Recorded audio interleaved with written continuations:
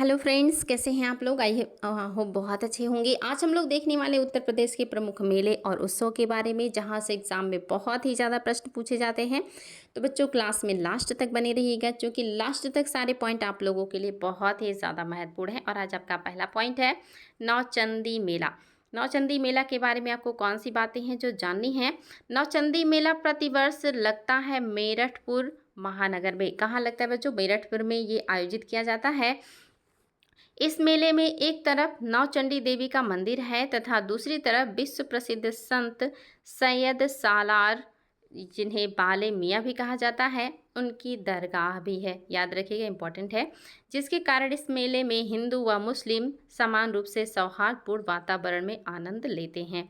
Next जो है वो आपका है साकंभरी या साकुंभरी मेला। ये प्रदेश के सहारनपुर जिले में लगता है बच्चों, याद रखिएगा, मोस्ट इम्पॉर्टेंट। प्रतिवर्ष नवरात्रों में साकुंभरी देवी का मेला आयोजित किया जाता है। नेक्स्ट मेला आप सभी को पता है, वो है आपका कुंभ, जो काफ़ी चर्चित मेला है।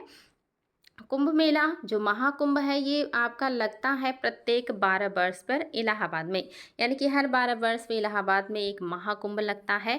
और आप सभी को पता है कि ये 4 जगहों पे कुंभ लगता है। एक आपका हरिद्वार, एक वाराणसी, और मतलब जो है इलाहाबाद, और दूसरा है मतलब तीसरा है उज्जैन, और चौथा है नासिक। देश विदेश से लाखों की संख्या में श्रद्धालु यहाँ पे आते हैं, जो आप सभी को पता है कि बहुत भीड़ होती है। नेक्स्ट मेला जो है ये है आपका देवासरी, बहुत इंपॉर्टेंट है, कई बार आया है एग्जाम में। और ये प्रतिवर्ष कहाँ लगता है? तो ये बाराबंकी में लगता है। और किस लिए लगता है?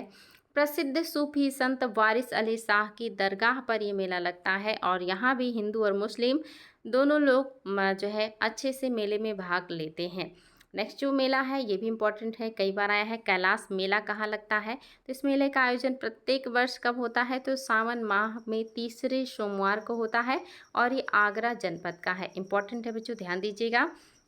और आगरा में ये लगता है, कैलाश तथा सिकंदरा नामक स्थान पर लगता है। इस मेले में हजारों की संख्या में श्रद्धालु जो हैं वो भाग लेते हैं। अगला मेला भी मोस्ट इम्पॉर्टेंट है, बटेश्वर मेला। बटेश्वर मेला का आयोजन प्रतिवर्ष आगरा जनपद के बटेश्वर नामक स्थान पर यमुना किनारे किया जाता है। तो देख रहे हैं आप, आगरा में भी बहुत सारे मेले लगते हैं, बटेश्वर, कैलाशनाथ मेला, और सुलहकुल मेला भी आगरा में ही लगता है, सुलहकुल मेला। व्यापारिक, यानी कि ये व्यापारिक भी है और नॉर्मल लोग भी इसमें भाग लेते हैं। याद रखिएगा, यहाँ पे व्यापारी अपना सामान का खरीद बिक्री भी करते हैं। श्रावणी एवं जन्माष्टमी मेला। भगवान श्री कृष्ण की जन्मभूमि मथुरा में श्री कृष्ण जन्मोत्सव के अवसर पर प्रतिवर्ष लाखों भक्तजन द्वारा व्रत रखकर यह मेला आयोजित किया जाता है। तो याद रखेंगे ये मेले कहाँ हैं? तो ये आपके मथुरा में है। और मथुरा में आपके बहुत ज़्यादा मेले का आयोजन होता भी है। राज्य में लगने वाले अन्य मेलों के बारे में भी हम जानेंगे, जिसमें आप देखेंगे आपका मेला होगा और आयोजन स्थल। और इसमें आपका जो मेला है वो है आपका लक्ष्मिया होली मेला। ये कहाँ लगता है? नंदगांव के निकट बरसाना, यानी कि मथुरा में लगता है। आपके मथुरा में सबसे ज़्यादा मेले लगते हैं बच्चों, याद रखिएगा। कबीर मेला कहाँ लगता है? ये मगहर में लगता है, और मगहर आप सभी को पता है संत कबीर नगर में है। बाल सुंदरी मेला ये आपका अनूप शहर में लगता है। देव छठ मेला इंपॉर्टेंट है बच्चों, ये भी कहाँ लगता है? मथुरा में लगता है। देव छठ मेला मथुरा में लगता है। अगला है गोविंद साहब मेला, इंपॉर्टेंट है बच्चों, आजमगढ़ में लगता है, अतरौलिया आजमगढ़ में। नक्कटैया मेला कई बार आया है, नक्कटैया मेला कहाँ लगता है? ये वाराणसी में लगता है। शाकुंभरी देवी आप सब देख चुके हैं, सहारनपुर का है। कैलाश मेला आपको मैंने बताया है, ये आगरा में वर्ष लगता है। नवरात्रि जो मेला है ये भी आपके आगरा का ही है। बटेश्वर मेला भी आगरा का है। ये सारी चीज़ें आपको बता चुकी हूँ। परिक्रमा मेला आपका लगता है मिश्रिख और नीमसार सीतापुर में। इसके अलावा अयोध्या में 2 जगह परिक्रमा मेला लगता है। गोला गोक गोकर्ण नाथ मेला ये कहाँ लगता है? खीरी, लखीमपुर खीरी में लगता है बच्चों, इंपॉर्टेंट है। श्रावणी व जन्माष्टमी मेला ये आपका मथुरा में है, अभी डिटेल में बताया आपको। रामायण मेला आपका चित्रकूट का है, इंपॉर्टेंट है बच्चों, याद रखिएगा। ये सारे उत्तर प्रदेश के मेले हैं जो पूछे जाते हैं। खिचड़ी मेला गोरखपुर का है, आपको याद ही है। और आपका अयोध्या मेला आप सभी जानते हैं, ये फैजाबाद में लगता है। कामपिल्ल मेला मोस्ट इम्पॉर्टेंट, कामपिल्ल बच्चों कौन से जिले में लगता है? तो बांदा जिले का मेला है ये। ढाई घाट मेला ये कहाँ लगता है? शाहजहाँपुर में लगता है, इंपॉर्टेंट है। देवी पाटन मेला भी कई बार पूछा गया है, ये बलरामपुर में लगता है। नैमिषारण्य मेला भी बहुत ज़्यादा इंपॉर्टेंट है, नैमिषारण्य आपके सीतापुर में है और यहाँ पे लगता है बच्चों, इंपॉर्टेंट है। देवी मेला आपके बाराबंकी में लगता है और नौचंदी मेला भी मोस्ट इंपॉर्टेंट है, मेरठ का है नौचंदी मेला। नेक्स्ट जो है वो है आपका मकनपुर मेला। मकनपुर मेला है ये आपके कानपुर का है। आगरा मथुरा मेला जो है काफ़ी फेमस है, ये बहुत मतलब कई जगह पे लगते हैं, लेकिन ये लगता कहाँ संयुक्त रूप से? तो आगरा में। हरिदास जयंती मेला एग्जाम में ये भी आया है बच्चों, ये वृंदावन में लगता है। और माघ मेला ये आपके इलाहाबाद में लगता है, यानी कि प्रत्येक वर्ष ये प्रयागराज में लगता है। कुंभ मेला भी इलाहाबाद में लगता है प्रत्येक 12 वर्ष पे, जिसे महाकुंभ कहते हैं। सैयद सालार का मेला इंपॉर्टेंट है, कई बार आया है, तो बहराइच में है। राज्य के प्रमुख सांस्कृतिक उत्सव देख लेते हैं। राज्य के प्रमुख सांस्कृतिक जो विभाग द्वारा प्रतिवर्ष अनेक उत्सव आयोजित किए जाते हैं, जिसमें आपका पहला उत्सव है ताज उत्सव, इंपॉर्टेंट है बच्चों। यह उत्सव हर साल आगरा में मनाया जाता है। ताज उत्सव में भारतीय ललित कलाओं और मुगलों के समय की विभिन्न संस्कृतियों को प्रस्तुत किया जाता है। आगरा में हर साल फरवरी माह में इस महोत्सव का आयोजन किया जाता है। तो याद रखेंगे, ताज महोत्सव कहाँ का है? ताजमहल आगरा में है, तो ये मेला भी या ये महोत्सव भी आपके आगरा में लगता है, जहाँ हिंदू मुस्लिम दोनों संस्कृतियों की जो चीज़ें हैं वो वहाँ पे देखने को मिलती हैं। कबीर उत्सव आपको पता ही है कि संत कबीर नगर के जो है, जो हमारे संत हैं कबीर दास, उन्हीं के नाम पर ये मतलब मेला है। और ये आपके संत कबीर नगर ज़िले में मगहर में लगता है ये मेला। संत कबीर दास जी के जीवन चरित्र से संबंधित विषयों को इस मेले में दर्शाया जाता है। इस मेले में कबीरपंथी तथा अन्य जागरूक लोग भाग लेते हैं। लखनऊ उत्सव अवधकालीन परंपरागत लोक नृत्य, वैभव, नजाकत तथा नफासत को लखनऊ महानगर में आयोजित इस महोत्सव में प्रदर्शित किया जाता है। इलाहाबाद उत्सव क्या है? इलाहाबाद में आयोजित इस उत्सव में मिली जुली संस्कृति की विरासत का अवलोकन किया जाता है। इनके जो वृंदावन हरिदास समृद्धि संगीत समारोह का आयोजन, झांसी में महोत्सव का आयोजन, मथुरा में होलिका उत्सव और कन्नौज में कन्नौज महोत्सव आयोजित किए जाते हैं। यानी कि इस समय अलग अलग क्षेत्रों में भी और बहुत सारे महोत्सव का आयोजन किया जाता है बच्चों, ये भी याद रखिएगा, महत्वपूर्ण है। आगे आपका है कामपिल मेला। ये देखिए बहुत ज़्यादा इम्पोर्टेंट है, या उत्सव भी कह सकते हैं। तो कामपिल उत्सव या मेला हो, ये दोनों ही फारुखाबाद में है, याद रखिएगा, वेरी वेरी इंपॉर्टेंट है। और फारुखाबाद के कहाँ? रामेश्वरम नाथ में एवं कामेश्वरम नाथ में, तथा जैनियों के मंदिर में कामपिल उत्सव मनाया जाता है। यहाँ पे जैनियों का मंदिर भी है बच्चों कामपिल में, याद रखिएगा, मोस्ट इम्पॉर्टेंट। उत्तर प्रदेश के प्रमुख लोक नृत्य की बात भी करेंगे बच्चों। आज हम लोग बहुत सारे पॉइंट जो बचे हुए हैं उसको डिस्कस कर रहे हैं, इससे आपको प्रश्न भी मैं जो है सॉल्व कराऊंगी, तो क्लास को ध्यान से देखिएगा। नेक्स्ट जो पॉइंट है ये है आपका झूला नृत्य। झूला नृत्य, यह नृत्य ब्रज क्षेत्र का नृत्य है बच्चों। इसका आयोजन श्रावण मास में किया जाता है। इस नृत्य को मंदिरों में भी किया जाता है, तो देखिए इसको मंदिर में भी किया जा रहा है, जो नृत्य है ये मंदिर में भी होता है। मयूर नृत्य, यह नृत्य भी ब्रज क्षेत्र का नृत्य है, याद रखिएगा, मयूर नृत्य भी आपके ब्रज क्षेत्र का है। इसमें नृत्य के दौरान मोर के पंख से बने विशेष वस्त्र धारण किए जाते हैं। इस नृत्य में लोग कैसा वस्त्र धारण करते हैं? जो मोर के पंख से बना रहता है। नरसिंह नृत्य, ये भी आपका कहाँ है? ब्रज क्षेत्र। आप देख रहे हैं ब्रज क्षेत्र यानी कि मथुरा के क्षेत्र में सबसे ज़्यादा मेले लगते हैं। ब्रज क्षेत्र में नरसिंह चतुर्दशी के दिन इस नृत्य का आयोजन किया जाता है। इसमें नरसिंह भगवान द्वारा हिरण्यकश्यप दैत्य और भगवान श्री राम के छोटे भाई शत्रुघ्न द्वारा लावणासुर के दैत्य, मतलब ये एक राक्षस है जिसके वध का प्रदर्शन किया जाता है। नेक्स्ट है आपका चरकुला नृत्य, जो कि आयोग के द्वारा बहुत ज़्यादा पूछा जाता है। यह भी ब्रज क्षेत्र का नृत्य है और ये भी आपके ब्रज क्षेत्र में होली के आसपास किया जाता है। इस नृत्य में महिलाएं 108 दीपकों का चरकुला सिर पर रखकर नृत्य करती हैं, इसीलिए इसे चरकुला नृत्य कहते हैं। नेक्स्ट है आपका घड़ा नृत्य। यह भी ब्रज क्षेत्र का ही नृत्य है। इस नृत्य में बैलगाड़ी अथवा रथ के पहिए पर अनेक घड़े रखे जाते हैं, फिर उसे पहिए को उस जो पहिया होता है उसको सिर पर रख करके नृत्य किया जाता है। तो देखिए कितना हार्ड डांस है कि बैलगाड़ी के पहिए पर घड़े रखते हैं, फिर उसको सर पे रखते हैं और फिर रख करके डांस करते हैं। नेक्स्ट है आपका कीर्तन नृत्य। यह भी ब्रज क्षेत्र का नृत्य है। ब्रज क्षेत्र में गौड़ीय परंपरा के लोग हारमोनियम व मजीरे की धुन पर हरि नाम का कीर्तन करते हुए नृत्य करते हैं। तो याद रखिएगा आपका कीर्तन नृत्य भी ब्रज क्षेत्र से जुड़ा है। नेक्स्ट है आपका रास नृत्य। रास नृत्य भी आप देख रहे हैं कहाँ का है, ब्रज क्षेत्र का नृत्य है। यह नृत्य ब्रज क्षेत्र में रासलीला के दौरान किया जाता है। और अगला जो नृत्य है बच्चों ये है ख्याल नृत्य। और ये कहाँ पे होता है, ये होता है बुंदेलखंड क्षेत्र का नृत्य है, इंपॉर्टेंट है याद रखिएगा। बुंदेलखंड क्षेत्र में पुत्र जन्मोत्सव पर यह नृत्य किया जाता है। इसमें रंगीन कागजों तथा बांसों की सहायता से मंदिर बनाकर फिर उसे सिर पर रख करके नृत्य किया जाता है। तो देखिए ख्याल नृत्य बहुत इंपॉर्टेंट है, बुंदेलखंड का है, जो पुत्र के जन्म की खुशी में होता है और सर पे बांस का मंदिर बना के रख के ये लोग ये डांस करते हैं। नेक्स्ट है आपका घोड़ा नृत्य। और ये भी देखिए आपके बुंदेलखंड का है। बुंदेलखंड में भी बहुत ज़्यादा नृत्य होते हैं और पूछे भी जाते हैं। यह भी बुंदेलखंड क्षेत्र का नृत्य है। यह नृत्य बुंदेलखंड क्षेत्र में शादी व अन्य मांगलिक अवसरों पर बाजों की धुन पर घोड़े द्वारा कराया जाता है। तो घोड़ा नृत्य कब का है, शुभ अवसर है, शादी के अवसर पे किया जाता है ब्रज क्षेत्र में, सॉरी बुंदेलखंड क्षेत्र में। नेक्स्ट है देवी नृत्य। देवी नृत्य भी देखिए बुंदेलखंड क्षेत्र का ही नृत्य है। और अगला मोस्ट इम्पॉर्टेंट राई नृत्य या आपका रई नृत्य, ये भी बुंदेलखंड क्षेत्र का नृत्य है। यह नृत्य महिलाओं द्वारा मांगलिक अवसरों पर किया जाता है। तो राई में पुरुष शामिल नहीं होते बच्चों, केवल महिलाएं करती हैं। और ये भी कैसा, मांगलिक, यानी कि जो आपके अच्छे अवसर होते हैं, खुशी के अवसर होते हैं, खास करके जो पवित्र यानी कि भगवान से जुड़े होते हैं, जैसे आप देख रहे हैं कृष्ण जन्माष्टमी जैसे उत्सव पर। ये भी इम्पॉर्टेंट है बच्चों, पाई डंडा या मौनिया नृत्य। पाई डंडाए या आपका मौनिया नृत्य आए, पूछे कहाँ का है, तो ये आपके जिला है बुंदेलखंड जहाँ पे ये नृत्य होता है।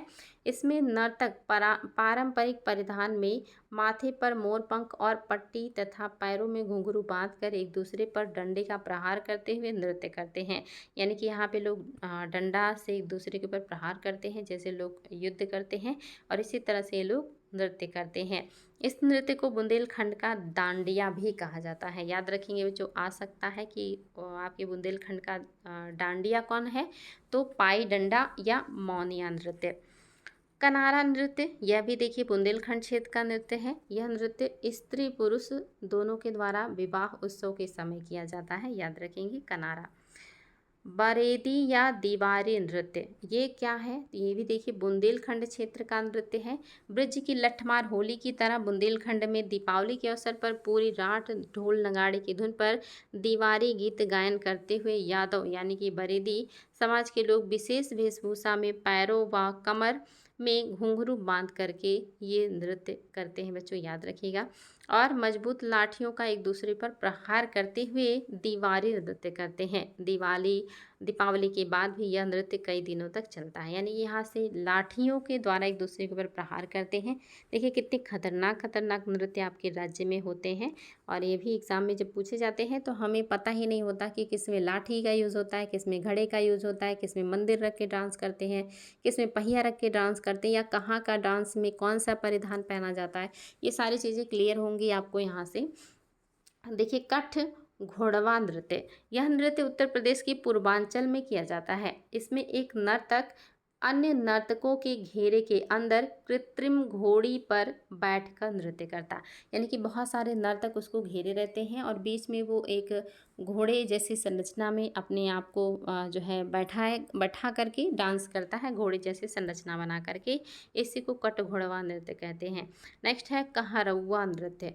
ये नृत्य क्या है बच्चों, यह भी उत्तर प्रदेश के पूर्वांचल में किया जाता है। यह नृत्य पूर्वांचल में अनेक शुभ अवसरों पर विशेष रूप से कहार समाज के लोगों द्वारा किया जाता है।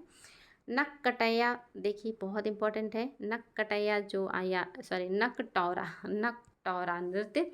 यह नृत्य भी उत्तर प्रदेश के पूर्वांचल में किया जाता है। पूर्वांचल में लड़कों के विवाह वाले घरों में बारात आने के बाद उन घरों की महिलाएं पुरुषों का वेश धारण कर रात भर हास परिहास युक्त नाटक व नृत्य करती हैं। इस प्रकार के नृत्य प्रदेश के विभिन्न क्षेत्रों में प्रचलित हैं। ये इस तरह के नृत्य के बारे में आप लोग भी जानते होंगे। नकटौरा नृत्य में महिलाएं पुरुषों का वेश धारण करती हैं बारात विदा करने के बाद, और फिर वहाँ पे हास परिहास होता है। ये आप जान रहे, अलग अलग नामों से अलग अलग क्षेत्रों में जाना जाता है, लेकिन उत्तर प्रदेश में होता है ये पूर्वांचल में।